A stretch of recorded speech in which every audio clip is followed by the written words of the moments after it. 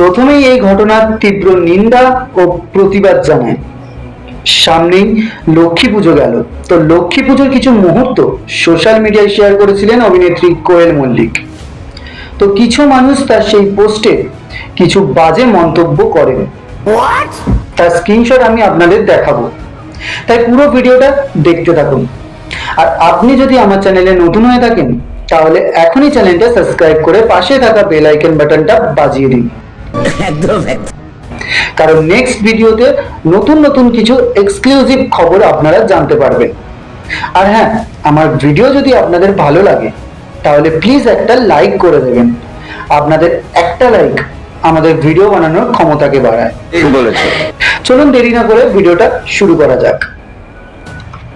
তো দেখে নিন সেই স্ক্রিনশটটি যেখানে কোয়েলকে কটু কথা বলা হয়েছে।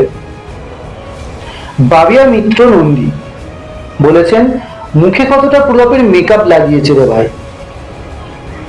তারপর তামান্না খাতুন বলেছেন, কোয়েল দিদির মুখে বয়স্কের ছাপ পড়ে গেছে মনে হচ্ছে। তারপর বলেছেন জয়া সরস্বতী চক্রবর্তী, বাবা নামের কি চিরি, আমার তো দেখে সানাম তরিকা সামের সরস্বতীর কথা মনে পড়ে গেল।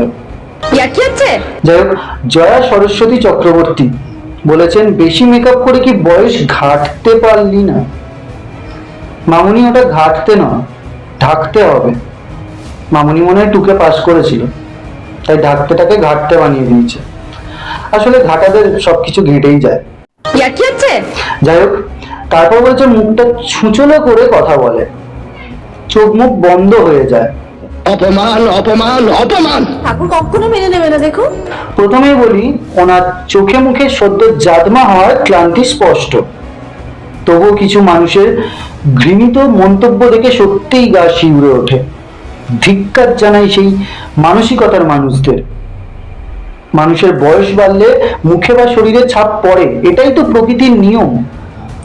এমন স্বাভাবিক বিষয় নিয়ে যারা কটু কথা বলে তারা আসলে নিজের অশিক্ষা আর হীনমন্যতার পরিচয় দেয়। একজন মানুষ যখন ভালো কাজ করেন তখন তো কেউ প্রশংসা করে না, কিন্তু সামান্য পরিবর্তন দেখলেই সমালোচনা শুরু। ভুলে যাবেন না, উনিও একজন রক্ত মাংসের মানুষ, তাকে তার নিজের মতন করে বাঁচতে দিন। ভাবুন তো, আমরা 30 পার করলেই হাঁটু, কোমর, ঘাড় সব ব্যথা শুরু করে দেয়, আর উনি বছরের পর বছর ধরে লড়াই করে আজও নিজের জায়গায় অটল ভাবে দাঁড়িয়ে আছেন। আমি তো বলবো, always love Koel Mallick, the best actress, the strong woman. যদি কাউকে দেখে শেখার কিছু থাকে তাহলে ওনাকেই দেখে শেখা উচিত। এত বছরেও কোনো বদনাম নয়, শুধু কাজ, সম্মান আর ভালোবাসা, সেটাই একজন প্রকৃতির শিল্পীর পরিচয়। তো বন্ধুরা, আমার সাথে আপনিও কি একমত?